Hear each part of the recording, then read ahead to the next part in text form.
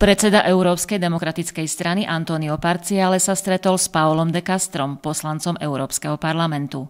Paolo de Castro je v súčasnosti predsedom výboru pre poľnohospodárstvo a rozvoj vidieka. V minulosti bol ministrom poľnohospodárstva a lesníctva vo vláde Romana Prodiho. Paolo de Castro je pripravený pomôcť Slovensku v rozvoji poľnohospodárstva a agroturistiky. Preto podporuje kandidatúru predsedu EDS Antonia Parzialeho vo voľbách.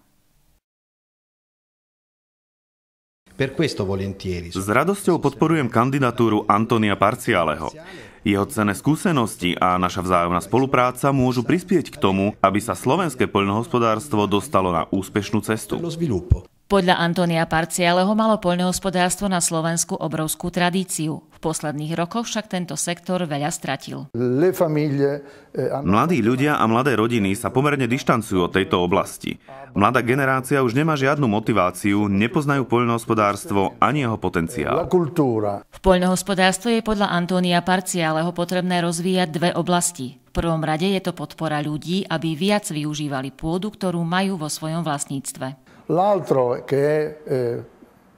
Druhou dôležitou oblasťou, s ktorou počítame, je agroturizmus. Tento druh podnikania je v Taliansku, ale aj v ostatných stredomorských krajinách úspešný.